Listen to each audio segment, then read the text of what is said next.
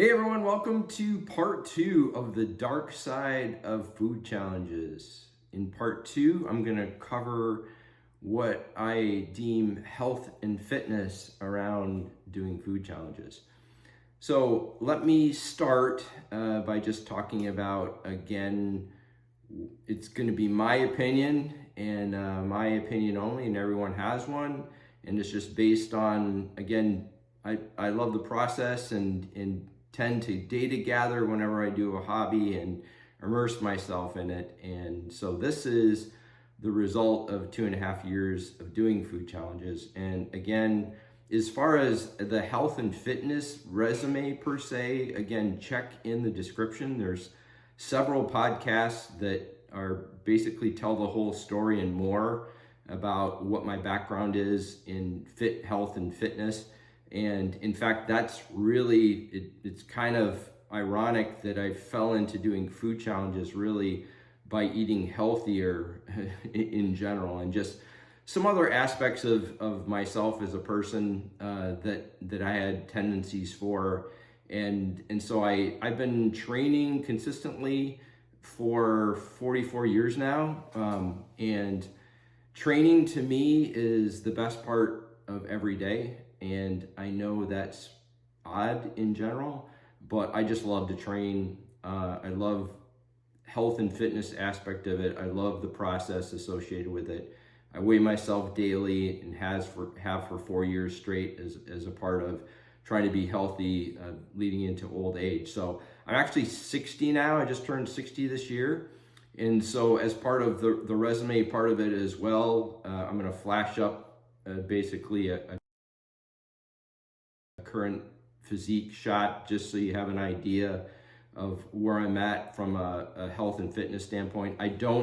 One of the goals even of doing food challenges is and as part of longevity for me personally was not being on any sort of medications. And I'm very fortunate at this point that I'm not, and that includes over-the-counter medications. And again, in food challenges, I don't eat anything like that. I'm completely 180 from the food that's in food challenges. So the longevity and health portion was again part of the challenge for me. My parents, I mentioned in part one, both parents had high blood pressure and high cholesterol, and were both on meds for quite a long time. And so I actually shared at one point my health markers on Instagram, and my cholesterol was 140 and blood pressure I just took blood pressure. I still watch it just because my parents was 115/70 the other day. The other piece, again, I've never used PEDs during my, I competed in powerlifting. You'll hear that in the podcast, Ray's podcast. I've never taken any sort of PEDs associated with it, and I don't drink alcohol, for example. And I'm just saying I just never liked it. And so as part of health and fitness way back, I figured that alcohol probably lowered testosterone, and I needed all I could get when I first started lifting. And come to find out, I saw a recent study that basically confirmed that alcohol does have a tendency to suppress testosterone in males in the body. So I guess I kind of put two and two together probably 3 decades ago. So I want to reiterate about the training part because that's a big part of why, even as a hobby and to have quote fun. Again, I love the family outings, going and kind of as foodies and visiting different restaurants, again within the constraint of not having to drive very far here in Florida. And I love training, and I get a high. I just came back from the gym actually, which is again why I have my why you saw earlier was before the gym, and now I'm coming after I went to the gym and doing part two. And so I love the high associated with training, adds energy to me. Training for food challenges sucks. As I tried to push to have a buffer for not feeling like crap after, which is again, I don't feel like crap after I go, whether it's a walk or train in the gym. I basically train to not feel like crap after and be able to do these food challenges with buffer, as I want to call it. And by doing that, you have to push capacity up. And it's not fun and it's not enjoyable. And the other thing is, when I competed in powerlifting, for example, it was a great high. You get on the platform, you know, if you did well in place, you get a trophy, all just positive outcomes after the fact. With a food challenge, even with, so the outcome of a food challenge, assuming it does push you and does challenge you, sucks, okay? It's not comfortable at all. So for the post-food challenge, again, when you're actually pushing yourself, which is again why I trained over time, again, misery to train, to have a buffer so I didn't feel like crap after, or as much after doing a food challenge. And most people don't recognize, again, what goes on in the body. And I just want to point this out, again, from a health and fitness standpoint. Not healthy at all. The food obviously is not healthy. There's an obesity problem in the United States. For me personally, foundationally, that problem, it feeds into disease and greater disease. And people can look up, it's my opinion, but you can go look up the data for yourself. And so people are just eating too much, period. Food is too convenient. They're eating too much.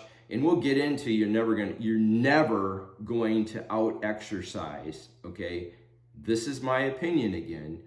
You're never going to out exercise the amount of food you can stuff in your mouth. The only way you're going to compensate for excess calories is actually putting the fork down and compensating by not stuffing your face with calories.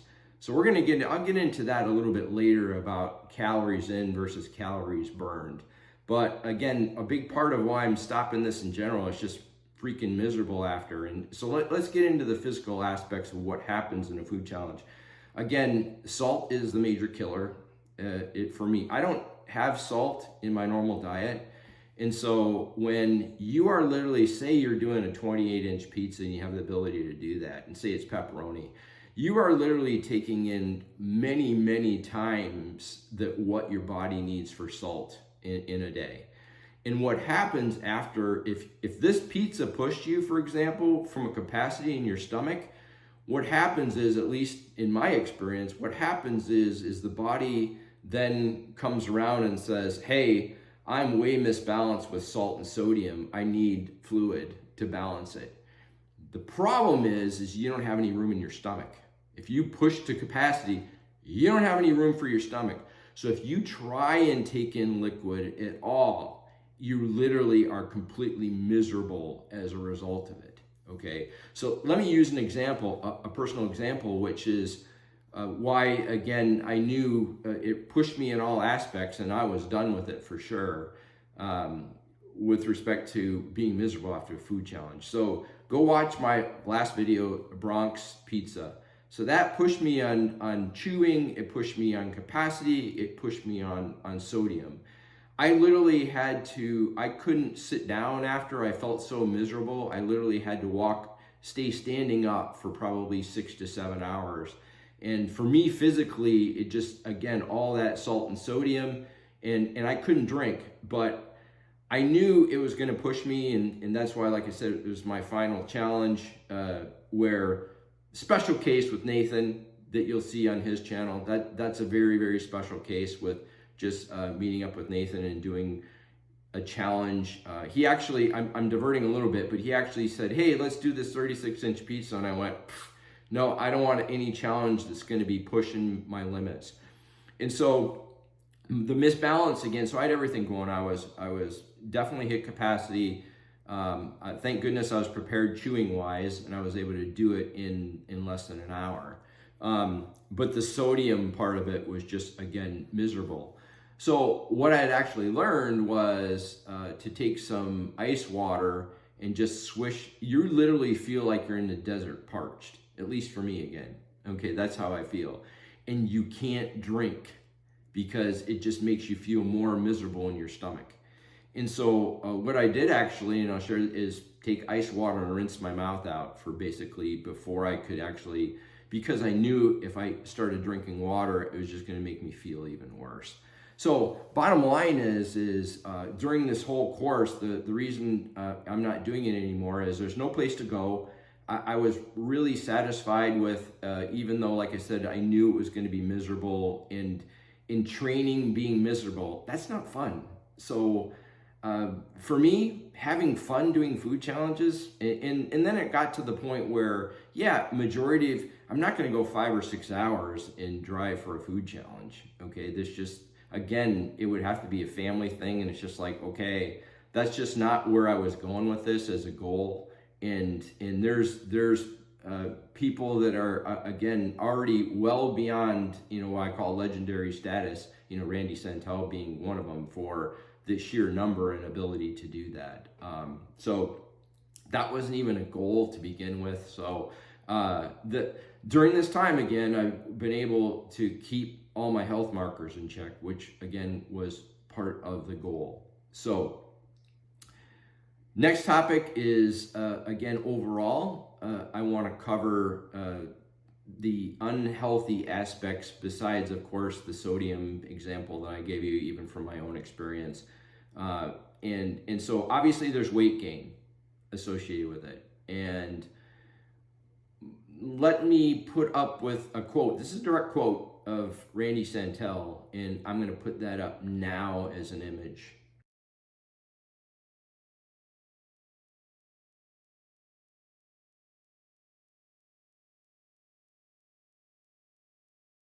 Okay, so you can run down and read these for yourself.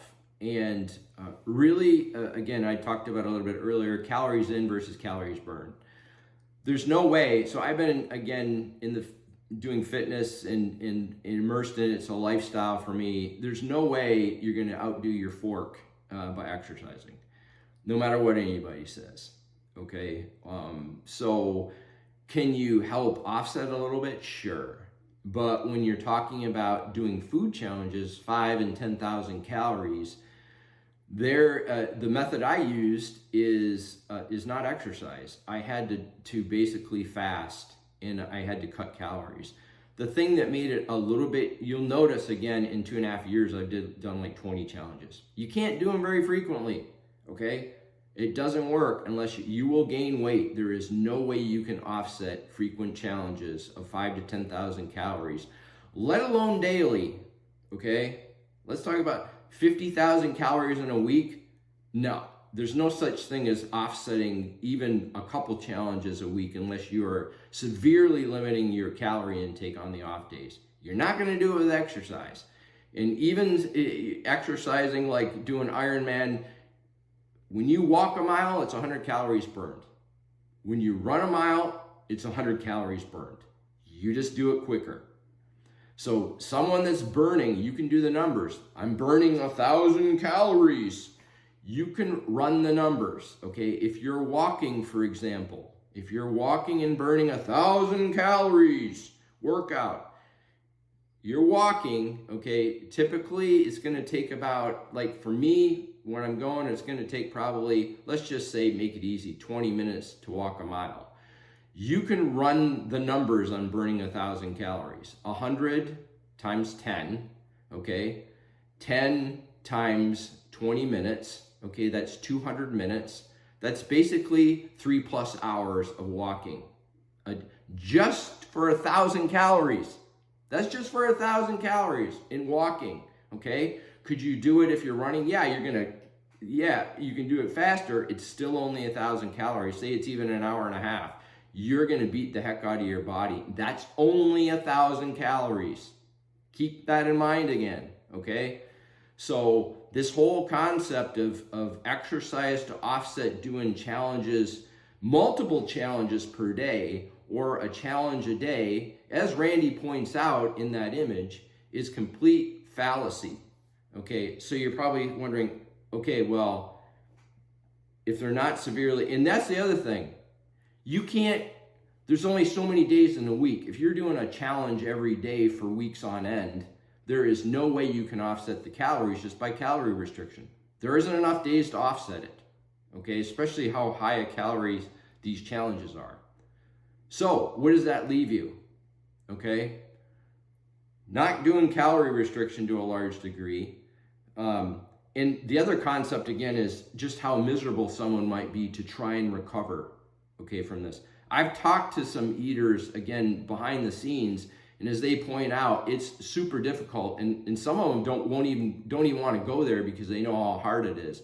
And the one guy I talked to, he's at the top of the world, and he basically said, no, there's just no way I could do that. And so how do they get away with it? Well, you can read what Randy wrote in there, okay? In that, I'll stick it up once more. Here we go. I'm going to stick up that image right now.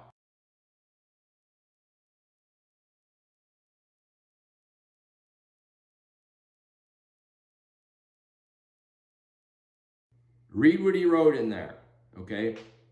So now, if someone is purging, how would you know that? And you don't, okay? So it's subjective, right? And to some degree, what your opinion is. But I'm going to put up a couple images. There are side effects associated with that. And I'm going to put up a couple images right now.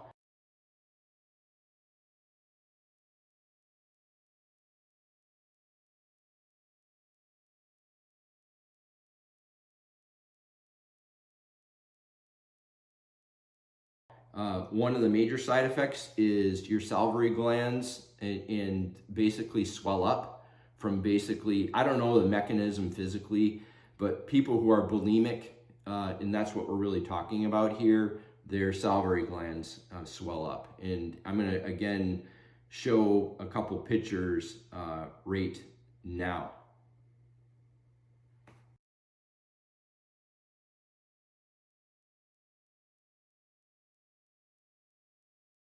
Okay, as you can see in the pictures, the swelling here. So that's one indication as well. And then I want to cover one other aspect. There are no special physical issues that would allow someone to take in 10,000 calories a day and look like a prisoner of war at a POW camp. It's not possible. Again, I want to put, this is my opinion, it's you go do the research yourself. Okay, say someone even had hyperthyroid. You can't really live effectively with hyperthyroid, and you're definitely not going to be able to eat 10,000 calories or 5,000 calories every day and say, I've got this condition that allows me, I've got to eat 5,000 to 10,000 calories a day because otherwise I will die or whatever. When you look like a POW war to begin with. And no, that's not what's going on here, okay? So there are no special health conditions that allows a person to eat 70,000 calories a week and look like they basically are starving.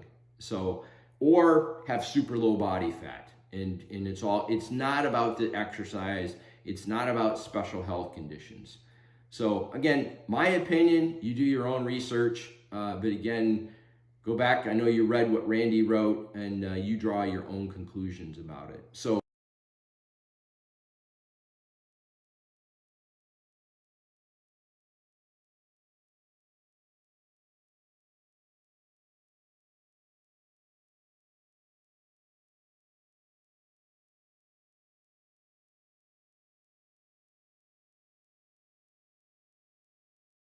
I ain't a creator. I ain't none of that shit.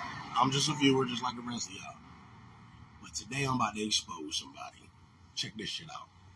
So I know a lot of y'all done heard. See, I watch a lot of food shit. I'm a big dude. I love to eat. Watch a lot of food shit. So I be following. You know what I'm saying? I watched him quit his job, go on the road, all that, right? So check it. I've been following this dude because I like this dude. So I'm literally, today is August 4th, well, not August 5th, 2023. So I'm watching this dude in the live. He eating a 30-inch pizza. He really eats that shit too. Bro is literally hurting. You could tell he's hurting. So he gets up from the live. The shit's still going. 20 minutes he gone. He come back. You could tell he ain't hurting no more. He's Gucci. Now see, look. I'm from the hood, man. I done seen all kind of shit. I know what people look like when they throwing up their food, bro. This dude comes back to the table. Come back to the table. Sorry I'm gone so long, guys. Right? Bro is not in distress no more. He ain't hurting. You could tell his belly ain't even full no more, right? This bro just ate a 30-inch pizza with a soda, a jug of soda. He come back to the table. He's good. No pain, no nothing. Eyes glazy as a motherfucker, right? I'm talking about glazy, like wet. Like tears weren't falling, but his shit was wet. And every 3-4 seconds, he going like this. See, that's acid in his throat from throwing up. You feel me? This bro got acid in his throat. His eyes is glazy. He's no longer in distress. He orders another jug of Diet Cola, right? A whole fucking jug, and tells them he wants dessert now. Now, looking at this dude, you would think he ain't even eat nothing. I'm telling you, on my mama, on my daddy, on everything, this bro is throwing up. He got millions of followers. It's just crazy to me how, like, I was following this dude. Soon as I typed that shit in, look at his eyes, look how he's clearing his throat. He definitely just threw up. He leans up towards the... Hold on. Bro leans up towards the camera. Instantly, I get kicked from the live, and across my screen it says, "Creator just blocked you." Bro throwing up. So I'll have to say for myself, even I've always had a tendency to binge eat, and I think it's something that I have obviously, not obviously, but in reality, a food challenge is like what's the word for it? Permission to binge. And in a food challenge, you're doing a binge. Okay, that's basically your binge eating. And so even as a kid, and I pointed out in how I kind of fell into food challenges. And again, for me, I naturally just increased the food because it's all healthy food to be able to quote train, which again, I want to point out was just miserable to get to the point where I had a buffer when doing like a 5 to 7 pound challenge, and I wouldn't feel like death after. So yeah, when I was younger, I ate a lot and would have a tendency. I think again, my threshold for feedback in my body was growing up at a high level, so it allowed me to keep filling my face, and I think that's a piece of it as well, and also restriction. Whenever you're restricting, and again, there can be people that are trying to diet because of the restriction causes them to binge as a result. For me, I think it was, again, a appetite, maintaining a low body fat. Again, your body signals that, okay, it's not normal to maintain a lower body fat, so it signals to eat. And so for me, for a long time, I've always had the tendency, you can call it cheat day is really binge day. Again, I'm no mystery there for me. I'm not telling myself one thing versus another. And I've learned that along the way in this journey, which is where I'm at now, health-wise and body fat-wise, and just in general what my current state of fitness is, because I owe it up to cheat day was really just an excuse to binge.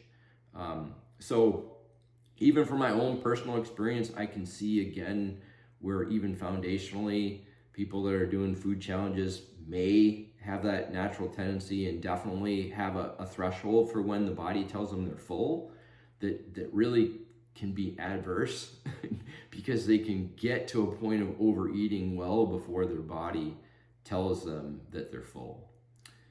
So I think that's pretty much it. I think I've covered all I wanted to cover on the health and fitness part of what would be called the dark side of food challenges.